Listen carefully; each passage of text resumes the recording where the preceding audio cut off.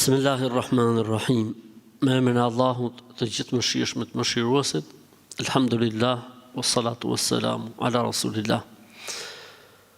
Falënderimet takojnë Allahut, mirësitë, bekimet, mëshira e Zotit, qoftë mbi dashurin e Tij dhe dërguarin e Tij Muhammedin sallallahu alaihi wasallam, si dhe mbi të gjithë besimtarët dhe besimtarët që ndjekin dhe pasojnë rrugën e Tij deri në ditën e Kiametit. Allahu të lutem të na dhurojë dije të dobishme, të na mundsojë vepra të mira, e sa të jemi gjallë të na furnizojë me furnizim të pastër dhe halal. Allahu të lutem që na mësojë dije të dobishme, të jemi për atyre njerëzve që me dijen e tyre veprojnë dhe reflektojnë, dhe I lutem Zotit xhel xhelalu që dija që ne marrim apo japim të jetë argument, dëshmi, avokat, ndërmjetësues për ne ditën e gjykimit, atë ditë ku nuk bën dobi asgjë, vetëm se kush I vjen Zotit me zemër të pastër dhe me vepra të mira, qofshim për këtyre njerëzve. Amin. Atëherë pa humbur kohë me shpresën e Zotit, po fillojmë me pyetjet të cilat janë të rezervuara, por nëse vëllezërit këtu kanë pyetje ose motrat, mund të na I shkruajnë, mund të na I sjellin ose mund t'i bëjnë direkt, mjafton të ngresh dorën një herë të vetme.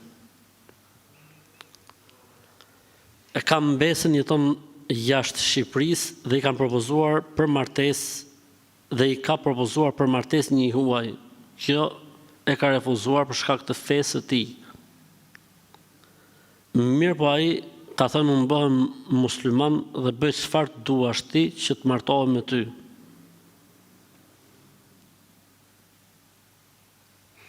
E bëj këtë pyetje thot se familja e vajzës nuk janë dakord me këtë gjë. Përderisa personi shkon deri në atë shkallë që të pranojë Islamin, bëhet musliman, unë mendoj se nuk duhet me pas pengesë, ose nuk duhet me u bërë më pengesë. Pra nëse ishte të qenit të këtij personi, jo besimtar, mohues, kafir pra, një pengesë që mu martu me të, dhe kështu thot sheriati, pra kështu thot Islami, përderisa personi po pranon Islamin, po bëhet musliman, atëherë familja nuk ka pse të bëhet pengesë se është racë tjetër apo është kombësi tjetër ku dëgjon etj. Ose duhet kishin punuar me fëmijën e tyre më përpara, më herët, që të kishin mbjell tek fëmia e tyre, le të themi atë dëshirën ose për të martuar me të njëjtën kombësi e kështu me radhë. Kështu që unë mendoj që këto janë xhahilijete, pra norma të ignorancës që e kemi vështirë shkëputemi. Norma ignorance që ne e kemi shumë të vështirë të shkëputemi, ndërkohë që në fenë tonë nuk mund të ketë vlerë një arab më shumë se një jo arab, apo një jo arab më shumë se një arab, një I kësaj race ndaj dikujt tjetër të një race tjetër, e kështu me radhë. Illa bit taqwa, vetëm se me përkushtimin dhe devocion. Kjo është çështje tjetër pastaj. Njerëzit në Islam dallojnë me devotshmërinë e tyre, devocionin e tyre. Për këtë arsye, nëse prindit do kishin punuar më herët që të ishte kjo lloj dëshire, do ishte okay. Po përderisa ata s'kan punuar dhe tani janë përballë faktit kryer, unë mendoj që nuk duhet bërë pengesë. Sidomos që djali po pranon Islamin, unë mendoj se kjo është një arsye e fortë dhe një sakrificë goxha e bukur për të treguar sinqeritetin dhe pastërtinë me vajzën. Pa lejohet për shembull që dikush ta pranojë Islamin se do të martohet me një muslimane, a quhet ky Islam I imponuar apo Islam jo I sinqert? Pranohet. E rëndësishme është që njeriu të bëhet musliman, nuk ka problem nga arsyeja sepse bëhet. Kemi transmetime të sakta që në kohën e pejgamberit sallallahu alajhi wasallam I kanë kërkuar dorën një sahabie, ka thënë unë ty strefuzoj dot I ka thënë. Por bëhu musliman. Dhe është bërë musliman, është martuar me të. Ose rasti tjetër kur kërkon dorën një jo besimtar nga një besimtare, i thotë ajo, njerëz si puna jote nuk refuzohen. Mos ishte besimi, pengesë, unë do të isha martuar me ty qysh sot. Ai tha, nuk mund të jetë besimi pengesë, sepse unë këtë besim e pranoj në moment. Dhe ishte mehri, ose dhurata martësore, pranimi i Islamit. Zoti sebebet i bën nga më të ndryshme që dikush pranon Islamin.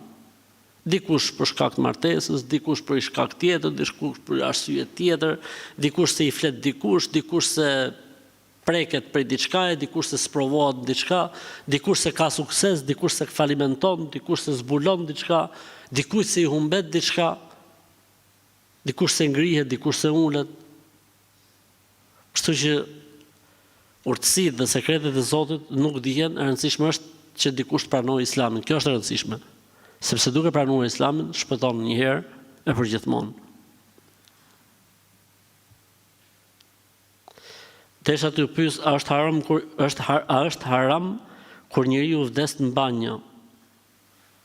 Sepse kishim një rast në familje dhe i afërmi jon, familjarë jon ndroi jetë në banjë dhe njerëzit po thonë që është haram që ka vdekë në banjë. Po pse ky e ka në dorë vdekjen, ku me vdek?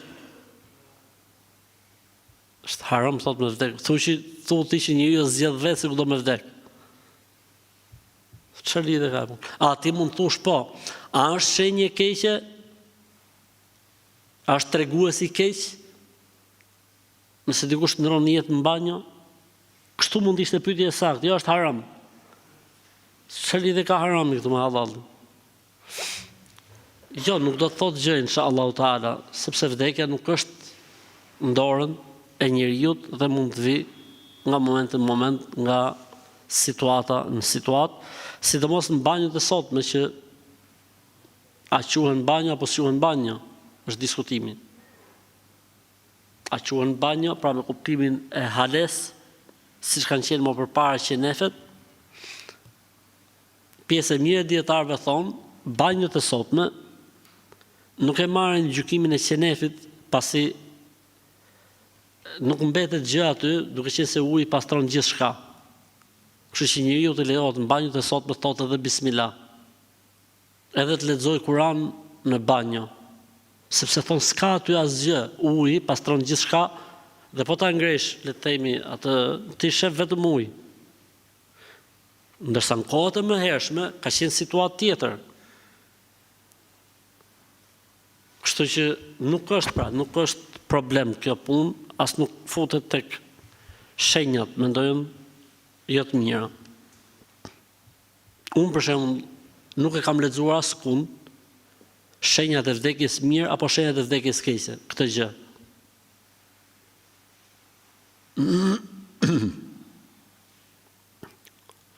Kur gruaja është me dhimbjet e lindjes, si duhet veproj për namazet?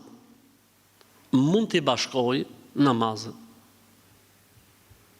Mund t'i fali ull, pra e fal drekën me ikindin, e fal akshamin me yatsin, dhe mund t'i fali ull, përderisa është në ato fazat e fundit. Por namazi nuk shfuqizohet në asnjë lloj situate.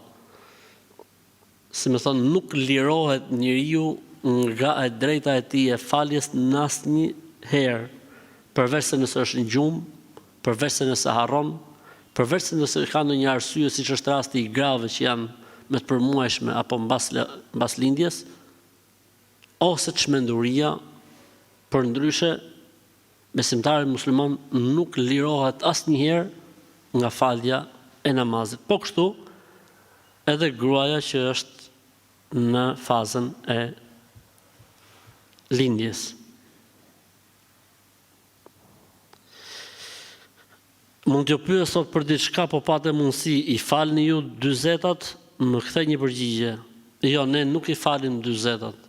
Se ekziston në Islam diçka që quhet me fal 40-at, ose ky ka për qëllim besoj 40-at e të vdekurit. Pra i bëni ju të 40-at, jo nuk i bëjmë, pasi pejgamberi sa nuk i ka bërë, as shokët e tij nuk i kanë bërë, as 4 mëdhëbet nuk i kanë bërë, kështu që bërja e 40-ave mas vdekjes njeriu konsiderohet sajes, ose bidat, gjë që nuk duhet bërë. Kam dëgjuar njerëzit që thonë, ata që bëjnë magji e ulin hënën në tokë. O Zotë, alhamdulillah. A është vërtet kjo?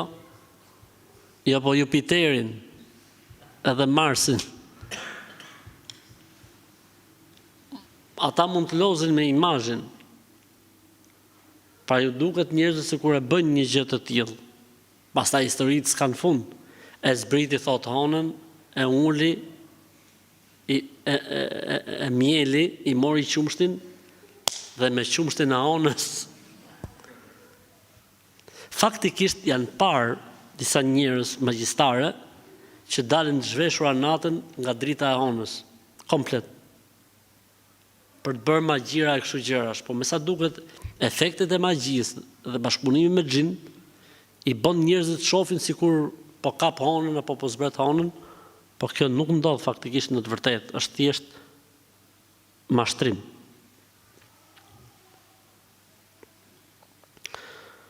A është e drejtë dhe e vërtetë një shoq që ka vajtur në një vend të quajtur vend i mirë, qysh këtu filloi minusi? Qysh këtu filloi minusi? Ka shkuar në një vend të mirë, minus, filloi 9-0 temperatura. Në Islam s'ka kështu gjërash. Në Islam ka hajde adhuro Allahun në xhami, lutju Zotit në xhami. Nuk ka vende të mira, nuk ka vende të shenjta me kuptimin që përdorin njerëzit se ne kemi Qaben, është vend i shenjtë, Mekka, Medina është vend i shenjtë, Kudsi Sherif, Jeruzalemi pra është vend i shenjtë, okay. Ka transmetim, mbaroi historia. Po gjëra të tjera që kanë në përkodra, në përmale, në përvarre, në përtyrbe, në përteqe, ku dëgjon etj, si vende të mira, si vende të shenjta ku njerëzit shërohen, ku njerëzit fërkohen, ku njerëzit bëjnë kurbane, të gjitha këto janë dalje nga Islami, s'ka lidhje me fenë e Zotit. Nëse ta lexojmë pyetjen, një shoqja ime ka vajtur tek një vend i quajtur vend i mirë, për shkak se ka shumë vite pa fëmijë. Dhe kanë vajtur në Sukth, që ka një vend i mirë dhe ai është një hoxh me iniciale K, ka vënë një vizë R edhe I. Hajde merr vesh. Çfarë iniciale pas ka ky hoxha? K vizë R I. Tani a është pika ajo viza apo është vizë nuk e di. Dhe ai thotë i quajtur hoxh me iniciale K vizë R I. Nëse me dorën e djathtë mbi Kur'an arrin t'ju gjej se nga ju vijnë këto smundje njerëzve. Ai ka treguar se historia e tij është kur ishte 3 vjeç, ky tani K viz R-ja. Ai ka treguar se historia e tij është se kur ishte 3 vjeç e kanë marrë lart engjujt. Kanë marrë engjujt lart. Dhe e kanë marrë 3 ditë e 3 net. Po pse e kthyn? Ta kishin marrë krejt. Vjen na bën shejtanin tokë tani, na bën drejqin tokë. Më mirë ta kishin marrë me lajket aty lart, ne kishim rahat. Jo, a vej shpesh më duket thotë që këta janë mashtrime, e rëndësishme, domethënë e ke parasysh, kanë thonë sharrul baliyati ma adhakat. Fatkeqësia më e madhe është ajo që të bën me qesh. E ke parasysh? Ky pas ka një vend të mirë, inicialin e pas ka shumë të mirë, e pas kanë marrë me lajket kur ishte i vogël 3 ditë, e pas kanë marrë atje lart, edhe hajde të marrë shprej këtij, gjesh dërmon ke ky. Elhamdulillah. Domethënë, njeriu subhanallah, për Zotin o vëllezër dhe motra, nuk i duhet njeriu në filozofi e madhe për të kuptuar të vërtetën. Pra mjafton këto 3 gjëra, vend i mirë, inicialet K viz R I, edhe e kanë marrë me lajket kur ka qenë i vogël. Zotin, sa dopt jemi për Zotin, shumë poshtë jemi, vallaj.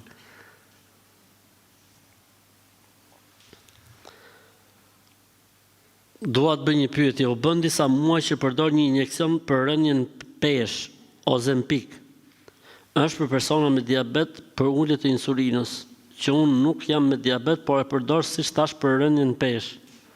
Një veti anësore e tij është që ta largon apetitin. Apetit këta i thonë oreksit. Okej? A më lejo ta marr gjatë Ramazanit pasi që unë nuk e marr për të larguar urin, po për humbjen e peshës. S'ka asnjë problemi fetarisht.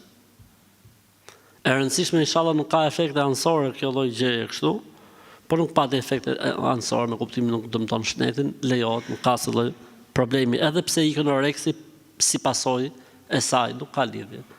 Ti s'po e bën për këtë qëllim, ama po ta bësh për këtë qëllim, është i çik problem. Është pak problem, po jo se e bën agjërimin pa vlefshëm, agjërimi është i saktë. Edhe sikur ta bësh me këtë qëllim, agjërimi është i saktë.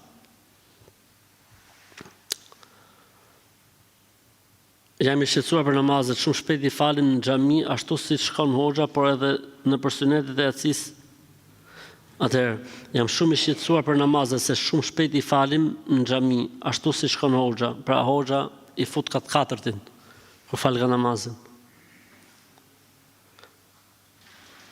Po edhe për yaci, thot hoxha bëj i kamet futen drejtën farz pa fal sunetet e yacis. Selam nga Tetova, aleikum selam. Mirë, për sunetet e yacis mirë ka ky, që si fal, se para sunetet para nuk ka. Njeriu para yacis mund të falë 2 rekat mes ezanit dhe ikametit. Po i bëjmë këshill këtij hoxhës që ta uli çik shpejtësinë. Nga 4 ta çoj tek 1 kur fal namaz. Ta fal namazin me 1, me marshin e parë dhe me marshin e dytë. Mos ta kaloj ke 3 ke 4. Subhanallah. A bën me majt Ramazan nëse kemi plagë në trup? Nëse sjell shqetësime nuk të dëmton shnetin, lejohet. Për shembull dikush është çak e thoj, ose i ka plas puçra, ose ju ka griz veshi, ose ju ka ngol gozhda, për shembull. A lejohet ma gjuhë se ka plagë? Agjërimi është i saktë. Po ati i rrjedh gjaku, po çfarë lidhje ka agjërimi se rrjedh gjaku? Po i rrjedh qelbi, s'ka lidhje agjërimi. Po i dhem, Allah e lehtësoft. Hoxh kam gjuhë që thonë pllumat janë ters. A janë me të vërtet ters? Elhamdulillah. Po pse për shembull duhet të jenë ters pllumat? Pllumat janë gjëja më e bukur. Pllumat janë gjëja më e bukur, nuk janë. S'ka lidhje me terslikun. Kështu që pllumat lejohen. Nuk ka asnjë problemi dhe këta janë llafe njerëzish, domethënë muhabete njerëzish. Këto pllumat këtu mund të jenë ters. Mund të kenë marrë ters këto pllumat këtu. Po pllumat që fluturojnë tamam, ato janë në rregull. Këto po të fluturojnë është problem. Këto po dolën jashtë kontrollit, s'ka gjë që i mbledh. Kurse këto pllumat e tjerë, qafleshsat, ku dëgjon, kam harruar emrin. Ha? Po, kashlyc. Kashlycat, qafleshat, honderat. Kamlesh.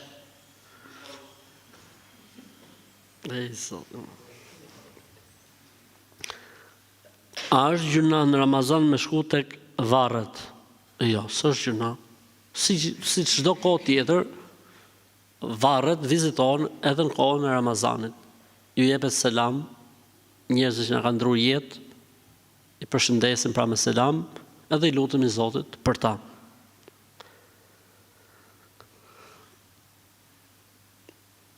Djalit xhaxhai do t'ja marrë flokët, ja pret vetëm pak sa me i marë, e pastaj ai quhet kumbar, bëhet kumbar për djalin. Nuk ekziston në termat e islamit kumbarizmi. S'kemi ne kumbar, në islam s'kemi. Nuk kemi, nuk ekziston. Kështu që stresi zero. Unë jam mësues dhe 7 mars është dita e mësuesit, i bie dita agjërimi inshallah taala. Mirë po së fundmi është përhapur një mod të këto kolegët, me 7 mars dalim për drek dhe zëvendësojmë mbrapa, pra atë ditë e prishim agjërimin dhe agjërojmë më mbrapa. Jo, s'lejohet kjo gjë. Pa edhe nonat kanë 8 marsin, pa edhe shtuna është pushim, e djela është pushim, xhumaja është pushim. Kështu që i bjerë ma gjurë nga gjithë Ramazanit 15 ditë. Kështu që s'është muhabet, kjo është e rëndë shumë. Kjo është temë shumë e rëndë, që thushti po e prishim se kemi dargën e mësuzve ose drekën e mësuzve. Të më thonë, pse do të dilni për drekë, ju si staf, penalizohet Ramazani. Subhanallah. A ka të lejuar një nën muslimane me punu, me pastru shpinë një familje zviceriane që ka edhe qenë brenda? Lejo, s'ka se problem. Fetarisht, s'ka problem. Fetarisht nuk përbën asnjë lloj problemi. A do të ishte më mirë gjendje i shy pa qenë? Okej, do ishte më mirë, por nëse s'ka problem. Me që Ramazani po afrohet dhe inshallah Allahu do na mundësoj ta presim dhe ta agjërojmë. Desha të pyes, a lejohet zbukurimi i shtëpisë për muajin e Ramazanit? Po, lejohet, s'ka asnjë problem inshallah taala. Jepet atmosferë, fëmijët kuptojnë që ka ardhur Ramazani, do agjërojmë. Atmosferë, krijimi i atmosferës. Nuk ka asnjë lloj problemi, sidomos në këto kohë të vështira. Ku e ku të afusim dashurinë për Ramazanin, për agjërimin, ku e ku ta krijojmë atmosferën e Ramazanit, të agjërimit, kalamajt ta presin, çohen për së fyrt, hajnë iftar, të vinë në xhami për teravi. Është mrekulli, ku ka mirësi më të madhe sa kjo. Kështu që lejohet dhe nuk ka asnjë lloj problemi, inshallahu taala. Doja të pyesja, ku janë kodrat Safa dhe Merva në Mekë, sepse nuk dallohen fare? Dhe çfarë sensibilizojnë ato? Çfarë simbolizojnë ka pas për qëllim? Çfarë sensibilizojnë? Çfarë simbolizojnë ndoshta ka për qëllim? Atëherë, kodra e Safas dhe Merves tani është brenda xhamisë Qabes. Kështu nga jashtë nuk e shef, po duhet të shkosh aty afër që ta shohësh. Çfarë simbolizojnë? Simbolizojnë dy kodrat ku gruaja e dytë e Ibrahimit, Haxheria, lëvizte nga një kodër Safaja te kodra tjetër dhe në mes dy kodrave este me vrapse dhe u ishte i butë për të kërkuar ujë për djalin e saj, Ismailin, a.s. Dhe ne adhurojmë Zotin duke bërë këtë veprim si adhurim për Zotin. Si një adhurim për Zotin. Pra pse ecim ne mes kodrave? Adhurojmë Allahun. Si, kështu ka thënë Zoti. Prej formave të adhurimit ndaj meje është që të shkonin ke kjo kodra dhe ke kjo kodra 7 herë me vrap. Okej, elhamdulillah. La yus'alu amma yafaluhum yusalun. Zoti nuk pyetet për ligjet që vendos ai. Ne do të pyetemi, a i kemi zbatuar apo jo? Jam në një gjendje psikologjike shumë të rëndë, kam denoncuar bashkëshortin për dhunë në familje, duke qenë se situata sa vinte dhe rëndoi edhe më shumë, dhe nuk kishte asnjë zgjidhje tjetër, pasi ai ishte i alkolizuar. Mirë po unë po e përjetoj shumë keq pasi më brender gjegja, kur e di që ai është në burg. Ja ke bo shumë mirë motër, halal qoftë, sepse thot jam duke kalu shumë në depresion për këtë lloj situate. Ja ke bo shumë mirë të lumt pushka, edhe po e përsëriti prap, denoncoje prap, derisa të vinë pllumat, derisa të vinë mend. A duhet bërë dua për syrin e tij? Faleminderit për mirëkuptimin. S'ka përse. Nuk ekziston dua për syrin e tij, nuk ekziston. Mund bëhet akika do thot kurban, sepse në Islam thuhet kur lind çun bëhen 2 kurbane. Dhe atë di që therë 2 kurbanet mund të shtrosh një drek apo i dark. Dhe atë ditë e bë dhe sunet. Po nuk ka dua speciale me që u bë sunet. Ç'a do të thush? Unë nuk e di se si mund të jetë duaja e sunetlikut. Kështu që nuk ekziston kjo lloj gjëje, edhe Allahu e lehtësoft. Ka në gjë të keqe me gjujt me armë në poligon, pra me armë zjarri bëhet fjalë, as i të keqe s'ka. bile është mirë me mësu nishanin, me bismillah sa herë që të gjush. Kur të marrësh nishan, bismillah, mësohu me bismillah. Noti, hipizmi, nishani, vrapi, mundja, janë prej sporteve ose prej arteve, le të themi, sportive të këshilluara në Islam. Vrapi, mundja, noti, hipizmi dhe shinjestra. Sepse këto faktikisht të duhet në jetë.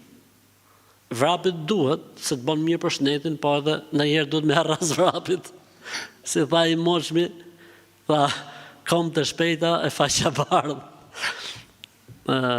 Noti, normalisht edhe noti, për shnetin, për gjitha, për trupin e për gjithë shka, po edhe nuk di se si vjen jeta, kështu që ndoshta duhet me ditë. Hipizmi, normalisht hipizmi është edhe i nxitur, pra me kuptimin ka shumë inkurajim në Islam për hipizmin. Sa që për hipizmin në Islam lejohet basti. Aq i rëndësishëm është hipizmi, sa që është vetëm gjë në të cilën lejohet me vu bast. Në Islam nuk lejohet me vu bast, në hipizëm lejohet. Kush e kalon? Pse? Sepse ajo i jep trupit, i jep shnetit, i jep përballjes me armiqt forcën e duhur dhe edukatën e duhur dhe disiplinën e duhur. Mundja, edhe kjo është vetë pejgamberi jon alayhis salam ka bë mundje, siç transmetohet në luftën e Uhudit. Po edhe raste të tjera, ka pas 2-3 raste që pejgamberi sa ka bë mundje. Ka qenë njëri më i fortë në mundje ndër kurëshitët. Dhe e ka thirrë pejgamberin sa me bë mundje, ka thonë po më hodhe, do të pranoj Islamin. E ka udhë pejgamberi sa dhe s'ka pranuar Islamin. Çështje tjetër tham? I përmenem gjitha. Shinjestra. Po shinjestra kuptohet që është e rëndësishme, se do të dalësh me gjujt për lepuj, mos të arrasësh derrit e egër, po të gjush leprit. Ose mund të përballësh një moment caktuar me armiqt, edhe dish që kur ta marrësh nishanin, mos t'i bish drunit, po t'i bish armikut, dhe kuptohet me fjalë. Shigjeta, shtinza, gjithashtu edhe kjo është prej Islamit, pra me kuptimin që ka inkurajuar si sport. Gjitha këto janë të preferuara. Kështu që ti që ke bë pyetjen këtu me gjujt në poligon me armë zjarrin nuk ka asnjë lloj problemi. E rëndësishme është me hira tabelës mirë. Mos me shku plumin kot. Vjerri e ka lënë amanet që kur të vdes mos ta hapin pa me hiç, vetëm ditën e varrimit. Vallai, ky pasa qenë vjerri zgjut për Zotin. Vetëm llafe bëjnë aty. Gërri, verri, gërri, fitoi filani, erdhi filani. Vetëm për të vdekmin nuk flitet aty. Pra vjeri thot e kalon me amanet, vetëm atë ditë kur të vdes me prit njerëz. Mirë po thot neve po na përgojojnë. Dhe kanë thonë gjithat pasuri që keni ju, si se mbajtët 3 ditë. Thuajini njerëzve, kemi çuar në vend amanetin e babës. Në ju pëlqeft bojrum. Nësë ju pëlqeft le të shkojnë gjetiu. Po?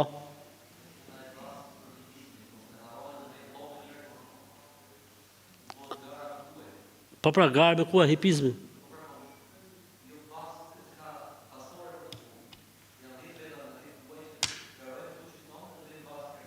Po pra, kjo është e lejuar. Për kuajt lejohet. Edhe të tjerët. Sport i veçantë.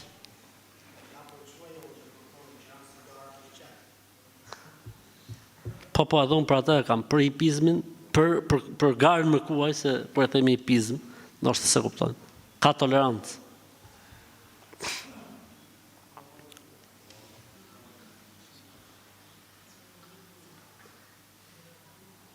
Kur flas me babin në telefon apo kur jam te ai asnjëherë nuk më pyet për nusën tem, pra për gruan time ka për qëllim.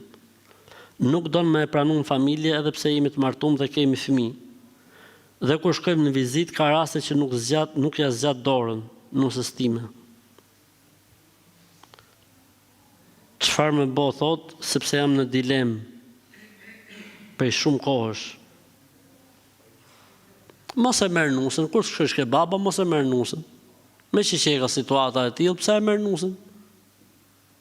Baba se dashka, alhamdulillah, leje nusën, shtëpi t'i në shitore që i thonë këto vëllezërit tonë, ose t'i tek marketi, tek qendra tregtare, ti shko ke babi, vizito babin me kalamajt, mos e blejnë e gjë, e takohemi masi ore, ke dera e tegut ose që të usë. Edhe stresi zero, se do, vëlla, nuk e do, që të bësh? Do të bësh llafe me babën? Jo, ta mosh gruan me zor, ndehet si kur me qenë para togës pushkatimit. Jo, edhe këtë se bën dot. Kështu që leje nusën, diku, të ri, ti shko tek babi me kalamajt. Qa me bo? Muhabete autoktone. Kam shumë dëshirë të shkoj për umre, po burri nuk më dëgjon të vi. A ka gjëna të shkoj pa burrin me shoqet e mia? Për umren e parë, umren e Islamit lejohet. Për umren e parë, që bën femra, umreja e Islamit, ose haxhi i Islamit pa i pari ka për qëllim, lejohet. Për umret e tjera, apo për haxhet e tjera nuk lejohet. E kuptu dallimin? Kur femra do me shku në umre, që është umre e saj e parë, umreja e Islamit quhet, lejohet të udhtoj me një grup femrash të udhtimi sigurt. Edhe për haxhin e Islamit, haxhin e saj të parë, lejohet të udhtoj me një grup femrash që është udhtimi sigurt. Ndërsa do me bo umre për herë dytë, apo haxh për herë dytë, nuk lejohet vetëm se me shoqërim. Pse? Se herën e dytë nuk e ka marrë për obligim. As umren, as haxhin. A lejohet me agjeru një djalë 13 vjeç? Lejohet edhe 10, edhe 9, edhe 11, edhe 12. A pyetja e saktë do të ishte, a duhet me agjeru një djalë 13 vjeç? Për kohën që jetojmë, po, 13 vjeç e lartë bëhet obligim namazi dhe agjerimi. Si për çunat edhe për gocat, ndoshta gocat edhe më herët. Me punu dhëmbët, pra me kuptimin kur janë prish.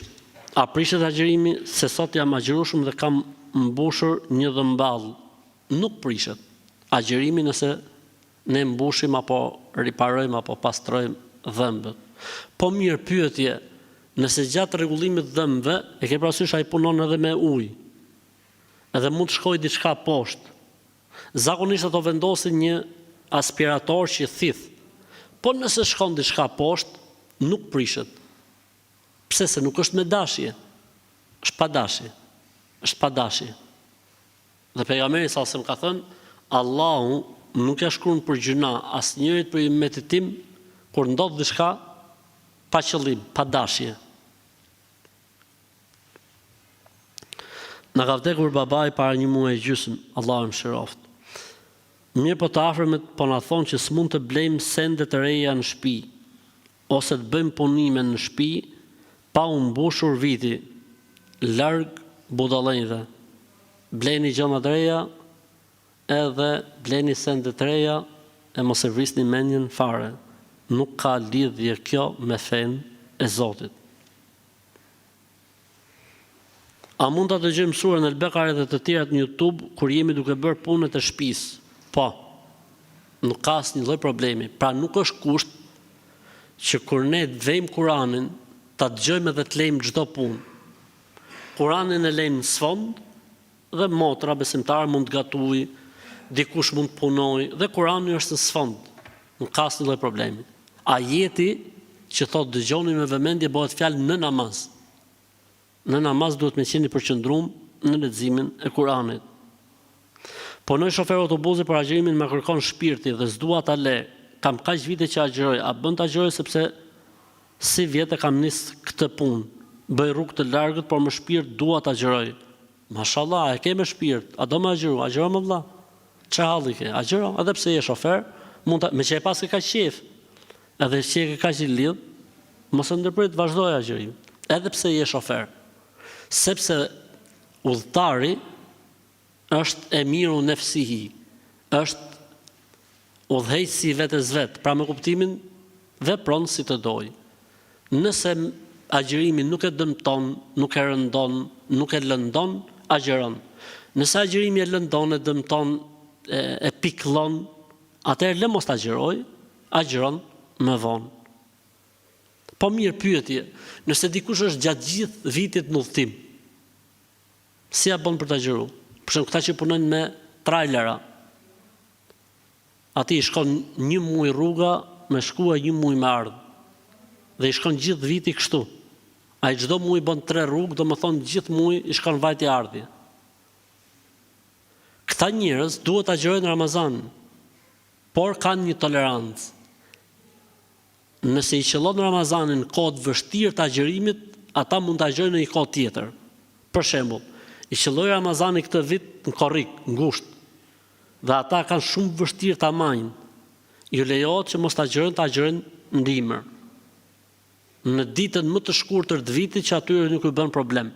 Sepse ata janë udhëtar, lehtësimin e kanë, po nuk rrin dot pa agjëruar Ramazanin. Pra Ramazanin nuk e anashkalojnë dot, por kanë tolerancë në kohën kur mund ta agjërojnë. Kemi një pyetje me zë, ta dëgjojmë? Abibo, selam aleikum. Shef tani se Gjot? ma qo me vokale, të lutem, a lejohet marrëdhënie seksuale gjatë agjërimit dhe pas agjërimit ditor, ose gjatë Ramazanit dhe pas gjatë Ramazanit. Të lutem, më shpjego pak me vokal që se du t'ja tregoj disa shokëve të mi, kolegëve të punës. Si jo. Ta shpjegoj vllai. Gjatë Ramazanit nuk lejohet, pra me kuptimin kur je në agjërim, ama pa e çele që hyni nota, fal akshamin, edhe bismillah, me tekbir. Kështu që se ka problem, teravia sunet është. Yatsin po, teravin se ka obligim. O Ibrahim, mund t'jenë të rija, Ibrahim, sa janë martu të shkretën. Ti mos i krahason njerëzit me moshën tonë. Kështu që, jo, faktikisht është një lloj kështu, sikur njerëzit mendojnë se në Ramazan stop, s'është e vërtetë. Në agjërim, kur është koha e agjërimit, po stop. Ama masi çelet, bismillah, mos harro me bë duan. Vllai tim i ka vdekur gruaja dhe është afër 60 vjet. Ka 4 vajza të martuara dhe do të martohet. Por ka problem me vajzat, sa ato i thonë ne nuk mund të martohesh, se nëse ti martohesh nuk do të folim më asnjëherë dhe do të mohojmë si bab. Nuk mund ta bish një grua tjetër te shtëpia e nanës tonë. Megjithëse shtëpia është e vllait tim, pra e këtij, babait gocave.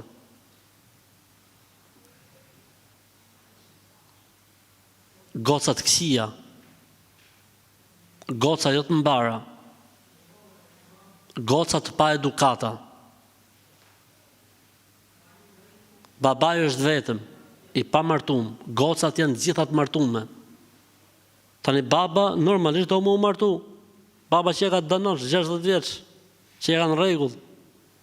Do mu martu baba, goca thonë jo, s'ta bëjmë halal. Po na prune i gru tjetër shtëpit nonës tonë.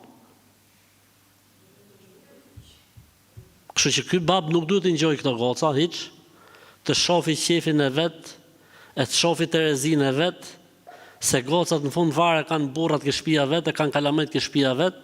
Ky çfarë do të bëj? I bjerë më uçmen si njëri. Kështu që ky është shembulli i fëmijëve jo të mirë. Në vend për të mundu me i gjetë i gru babës gocat, që baba të ketë me këtë ri, me këtë flasi. Për Zotin, më ka mërzit shumë si pyetje, vallaj, për Zotin.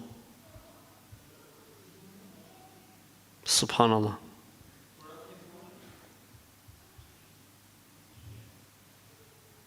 A? Po dhe po t'ishte nona. Ka kalamën janë martu, gjithë kanë ikë në shpija dhe veda, nonës i ka vdek burri. Nona do burr. Martohet Allah, çfarë problemi ka? Ç'të bëjmë? Ç'të bëj nona, të shmenet në shtëpi? Apo të filloj të zinjet me xhind? E tregojnë si Barcalet, tha vëllezërit e Kosovës dhe shqiptarët e Maqedonisë, tregojnë si Barcalet, kishte vdek njëonit baba, edhe nona shumë e smundme. Aq e smundme ishte sa që s'rritet dot vetëm. Dhe ky kishte vuj kaçile në krah, kaçila, e dini kaçile çfarë është? Hapni fjalorin. Kaçila është shport e madhe. E ky e kishte vuj në krah, kudo që shkonte, e mande nonën në krah. E takon i ditë Hoxhën. E shef Hoxha këtë, çfarë ke aty, thot nonën. Çfarë ka nona? Thot, s'mund shumë. Po çfarë? Thot, vetëm se më krah, thot, s'ka zgjidhje tjetër. I thot, a e ke babën gjallë? I thot Hoxha. Thot, jo, vallaj, thot, ka vdek. I thot Hoxha, martoje nonën. O Hoxha thot, stakfirullah, çfarë thua më Hoxha? E në veta për, nona është plak, thot, nona vjetër. I thot nona nga Kaçilja, thot, ngjoje Hoxha, ngjoje Hoxha. Ngjoje Hoxha në birë. Ngjoje Hoxha në birë. Çfarë problemi ka? Po t'ishte nona këti, shkencëtari. Po t'ishte nona. Zot. Nona, po t'desh burr martoje, po s'desh burr, elhamdulillah, Zoti është shpërblet. Elhamdulillah.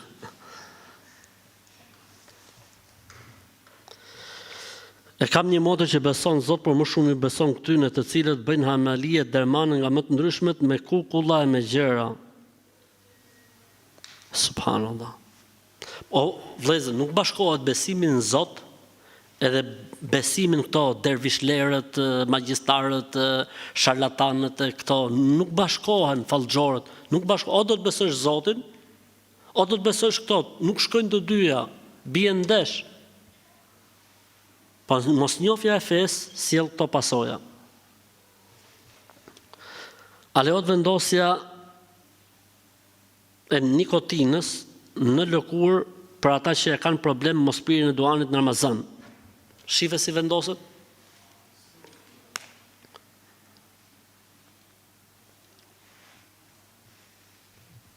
Vendoset në krah. Nikotina, ata që pin duan, ju mungon duani gjatë, tani është një lloj nikotine që vendoset në lëkurë. E shef? Pyetja është kështu, a e prish kjo agjërimin? Nuk e prish. Një, sepse nuk është ushqyese, dhe e dyta, futet në trup jo nga rrugët e të ushqyerit. Futet në trup jo nga rrugët e të ushqyerit, kështu që nuk e prish agjërimin. Është si puna asaj kokrës së tensionit. E ke parasysh, është një kokër që në kohët tonë i kanë baston adalat, nuk e di ashtë më kështu me këtë emër. Kështu është akoma. Kur njëju ka tension, e fut atë kokrën e gjysmë nëse kështu edhe e fut poshtë gjuhës, edhe i hundet me njëherë temperaturë. A e prish agjërimin? Nuk e prish agjërimin. Edhe pse shkon diçka në trup, po nuk shkon nëpërmjet rrugës së të ushqyerit. Poshtë gjuhës ka vu Zoti 2 damar, dhe ato 2 damar thithin çdo gjë që është aty. Subhanallah, i ka bo Zotit atij. Kështu që thjesht duhet me i ditë ca gjona që mos me ja rëndun vetes.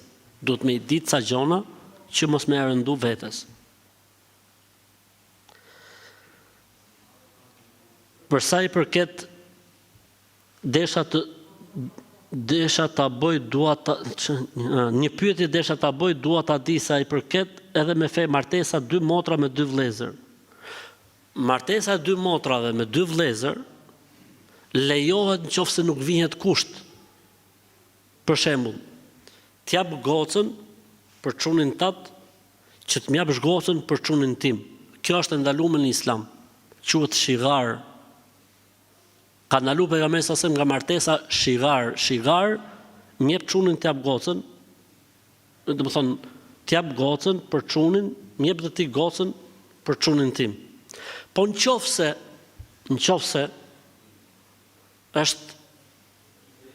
është bërë martesa e parë me kënaqësi me të gjitha, pastaj u pa arsyeshme që të bëhet dhe kjo e dyta, pa imponim dhe pa kushtëzim, lejohet. Ndërsa kjo 2 motra me 2 vëllezër lejohet, nuk ka asnjë problemi. Sepse këtu s'kemi kushtëzim. Këtu janë 2 vëllezër, këtu janë 2 motra. Bile këtu është mirë se bëhen dhe baxhanak. Këtu shkojnë si vëllezër. Tamam, mas ne do të shkojnë si vëllezër. Mas e të bëhen baxhanak. Im shoqës 46 vjeç rri në shtëpi përpara mamas së vet me mbathje.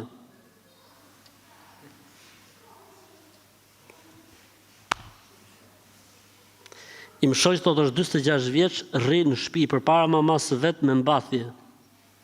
Ndonjëherë dhe shumë të dukshme dhe transparente përpara mamas vet. Dhe mamaja rri në shtëpi gjysmë me zhveshur. Dhe ai vjen falet në xhami 5 herë. A është normale kjo për një musliman? Jo, vallai, nuk është normale. Nuk është normale. Ka njerëz që ala ju duket vetja para mamit i vogël. Të mirë që se la ka mamin govat. Që se fut ka mamin govat me la. Ka njerëz që subhanallahu, kjo është mendoj unë vonesë në sistem. Sistemi i qarkullimit plumave. Ka këtu diçka që shkon pasha Zotin, është e pamundur kjo. Tek njerëzit normal kjo është e pamundur të ndodhi. Po duhet të ketë ndonjë mutacion që mund të ketë lullzuar, ndonjë mutacion tru, që këti i duket vetja akoma 3 vjeç. Ej Zoti më. Kjo nuk është normale. Nuk është normale dhe në këtë rast bashkëshortja ka drejt të irritohet. Nuk është problemi këtu problem xhelozie. Jo, këtu është problem neverie. Neveri. Si do të rriten fëmijët në një ambient tillë ku baba del me mbathje. Kjo është për ta arrestuar për Zot, ky rast duhet denoncuar në prokurori. Do të çon spital të Burgut, jo në Burg, në spital të Burgut. Nona ke gratë, kurse ky që del me mbathje ke burrat. E në t'ja bën njëri tjetrit me dorë nga dritarja. Rob të shmenë Allah për Zotin. E thonë këto pastaj pse flasin gratë, po ka mos flasi gruaja më vëlla. Nuk është problem xhelozie këtu, jo, s'ka lidhje, është neveri. Është neveri. Shkafshëri.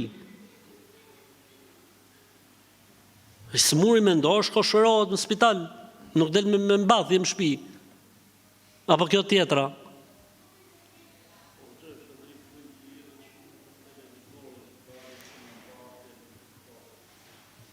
Pra, pasojat e ekranit. Pa si të shosh Big Brother të shku burri me burr, i kanë fut gjithë burr me burr këtë vit. Normalisht kështu mutacionesh dalin rrugës. Kështu mutacionesh dalin rrugës. Po si i kishin qetë gjithë këtë vit kështu nulla. Për të abit për Zotin. Në rrodh gjesti. Isha s'del në gjesti. Ej, Zotin, la ilaha illallah, për Zotin, Allah, vallaj, për Zotin. Po si më kishim mbledh gjithë. Njoni nxorri kokën i pari, pastaj nxorri tjetri, tha dhe edhe unë tha kam provu. Elhamdulillah, Zotin, elhamdulillah. Vallaj, bilaj për Zotin sprove madhe. Nëse ai nuk është vend ku mund të referohet njeriu normal, apo një musliman që falet. Po unë flas sepse kanë dalë këto copzat, ne kanë sjellë vëzhgjet që i kemi parë, dhe habitet robe për Zotin, vallaj habitet. Unë për vete nuk e kam ndjek, vallaj bilaj. E kush më ka pyet, kam thonë është haram me ndjek. Mirë, po këto copzat dhe gjona që na sjellin vëzhgjet apo që dalin, Çfarë bëhet shumë rrugë? Vend për promovu familjen, vend për promovu edukimin e fëmijëve, vend për promovu. Ne nuk jemi fare për këtë lloj formati, nuk jemi, po themi, nëse do ishte diçka që tjetë kjo lloj gjë, edhe themi ne pse s'bëjmë hajër si popull. Po ku të bësh hajër, mëma? Se të bësh Big Brotherin model, ku mund të bësh hajër si popull? Allahu na ruaj. Në ka ndru jetë një fëmijë 8 vjeç, si e kalon fëmia jetën e natën e varrit, sepse nëna është shumë merak të madh. Fëmia është direkt në xhenet. Thuaj nonës, fal namaz, agjëro Ramazan, ruaj nga haramet, mos e vrit mendjen për fëmin, po vrit mendjen për veten tate. Fëmia është në xhenet, ka kaluar në xhenet. Fëmia është kopër xhenetin, varr. Fëmia është me Ibrahimin alayhis salam.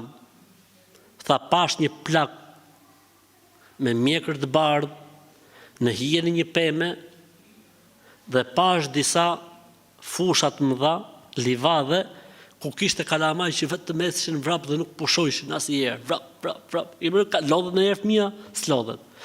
E pyeta tha Xhibrilin alayhis salam. I thash po i plaku, kush ishte dhe ato fëmijët çfarë ishin? Tha i plaku ishte Ibrahimi alayhis salam.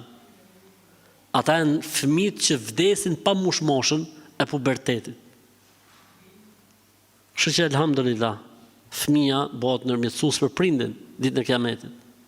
I thot Zoti fëmijëve shkon në xhenet. Dhe fëmijët kapen me prindrit e tyre dhe s'pranojnë që të shkojnë në xhenet pa marrë me vete prindrit e tyre. Kështu që është bosh. Ka thënë kush o pejgamberi i Zotit? Ka thënë kush ikën nga kjo botë pa ikë përpara tij një fëmijë për të. Me kuptimin që me ikë një fëmijë përpara është bekim i madh për prindin, pavarësisht se sprova është shumë e madhe. Kështu që ti thoni kësaj nonës që ti mos u mërzit se fëmia është në xhenetet e Zotit, po ti kujdes me namazin, kujdes me agjërimin, kujdes me haramet, puno ti jesh në rregull se ti jesh bashkë me fëmin tat në xhenetet e Zotit.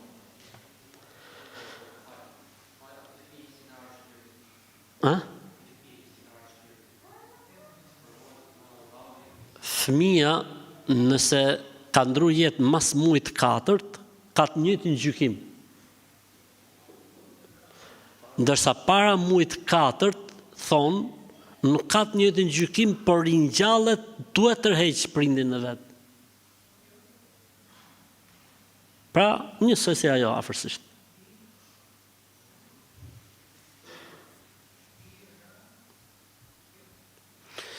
Janë disa truke që bëhen kur vdes një njeri. Për shembull, vendosin poshtë arkivolit miell, oriz, sheqer. Ja, s'lejohet, se mungon vaj. Pa vaj. Miell, oriz, sheqer, po vaj. Nuk është e plot. Receta nuk është e plot. Bie. Duhet vaj, duhet vezë, duhet qumësht. Quhet çik qumësht. Edhe i çik trum. Për këta që s'kan trum. Gjithashtu na ka thënë që kur njëri vdes ditë në hënë duhet të thejmë një pulë të zezë. Kur niset në varrim,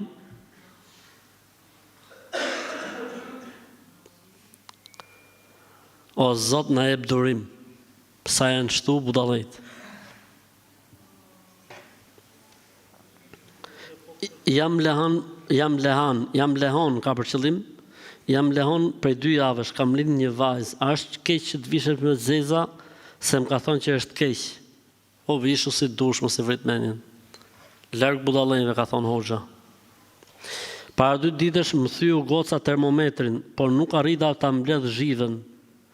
Një komshije më tha që është keq, po të thuj termometri.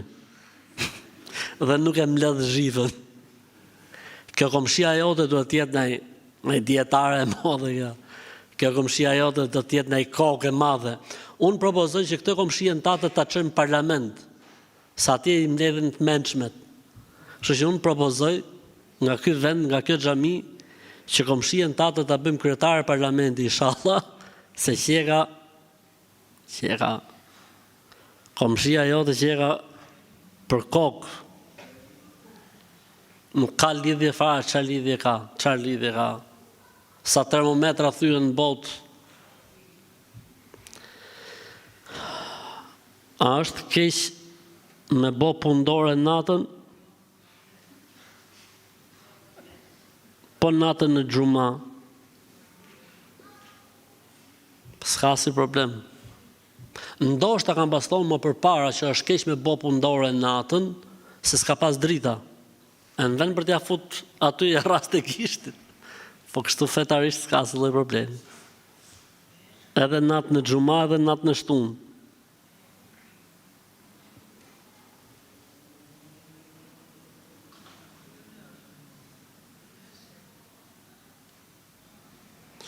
Jam në moshën kam kaq fëmijë, po nuk po e lexoj fiks, me fjalë që mos të preket dikush.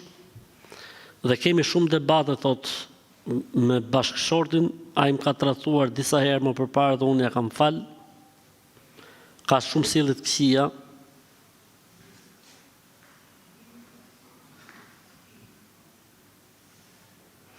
Ka 6 vite që mundohem ta shtyj martesën për hatrin e fëmijëve. Po ai pas kohë më ofendon, thot nuk je nënë e mirë, nuk je grua e mirë, dhe thot gratë nuk vyjnë sen, dhe shumë fjalë tjera të rënda, dhe s'kam asnjë përkrahje prej tij. Dhe dyshoj që kur s'kemi qenë për të qenë mirë me njëri tjetrin, unë i kam defektet e mia dhe e pranoj, dhe kur ta kem gabim, por unë nuk toleroj shumë, shoh se po më hip në qafë, jam e lodhur shumë nga kjo situate. E di që Zoti nuk do të ndahet një çift, por edhe kështu s'po jetohet, jam shumë e lodhur. Nuk e di a bëj gjuna po të ndahem, sepse kështu që nga shumë. Unë mendoj që kjo lloj situate, që është përmend në këtë pyetje, duhet me shku tek një njeri të dy, këta, hoxh, tek një njeri që ti dëgjoj, ti këshilloj. Mendoj që është vështirë me dhonë një fetva kaq larg për situatën. Se unë nuk e di se si është e vërteta fiks fare. Pra po të ishte një pyetje, okay, po këtu është sqaruar një gjendje dhe duket sikur do të mori gjykim nga unë. Gjithmonë duhet keni parasysh se unë jap fetva, jo gjykim. Mund vjen pyetja jap fetva. Gjykim do të thotë ke ngju palët dhe ti vendos që kështu është edhe pikë. Kurse kjo është fetva, në gjo pyetje një përgjigjen, unë nuk jap gjykim. Kam kap bashkëshortën me mesazhe intime me meshkuj të huaj. Si të veproj sepse ajo betohet në Zot që si ka takuar asnjëherë vetëm me mesazhe. Fale për hatër të Zotit, vej ca kushte.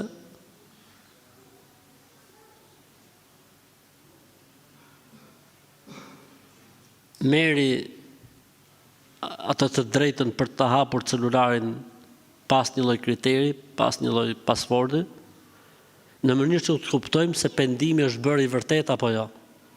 Si ta kuptojmë që është penduar me gjithmend? Atëherë kur thot kontrollo kur të dush ti, çdo kohë, telefonin, rrjetet sociale etj. Unë mendoj që ky është një rast të shkarje, deviacioni që duhet të falë për hatër të Zotit, edhe familja, fëmia, ku dëgjon etj. Kështu unë mendoj që duhet të falë për hatër të Zotit, se është shkarje quhet kjo. Zoti u zoft.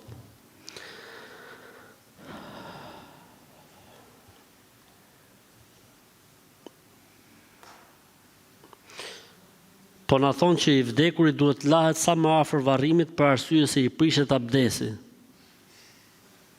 Si i prishet abdesi? A është i vdek? Ku ka abdes? I vdekmi.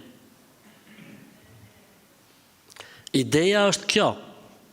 Thot me la sa më vonë, që nëse del diçka prej trupit ti, kjo është ideja. Por çka ka? ne themi kur vdes dikush, si mas islamit, kur vdes dikush, çfarë bëhet? Vendoset diçka e rënd në barkun e të vdekurit sa po ka ndruar jetë. Pse bëhet kjo? Në mënyrë që të lehtësohet dalja e çdo gjë që është në trupin e të vdekurit. Edhe ajo rrin 2-3 orë ashtu. Se mos thot në njëri me morë në i 50 kilsh, se e palos vdekmin. Bëhet fjalë për diçka që është 2-3 kile. Diçka që 2 tulla për shembull i vjen në bark në mënyrë që të lirohet trupi i tij. Kaq. Lihet kjo 2-3 orë, pastaj bëhet larja. Po mund vonohet larja, nuk ka problem. Pra nëse ka vdek sot dhe e lajm për shembull nesër mëngjes, s'ka asnjë problemi fetarisht. Nuk ka asnjë problemi. Po nëse vdes sot dhe e lajm sot dhe e varrosim nesër, prap fetarisht je në rregull. Nuk ka asnjë problemi. Po mirë.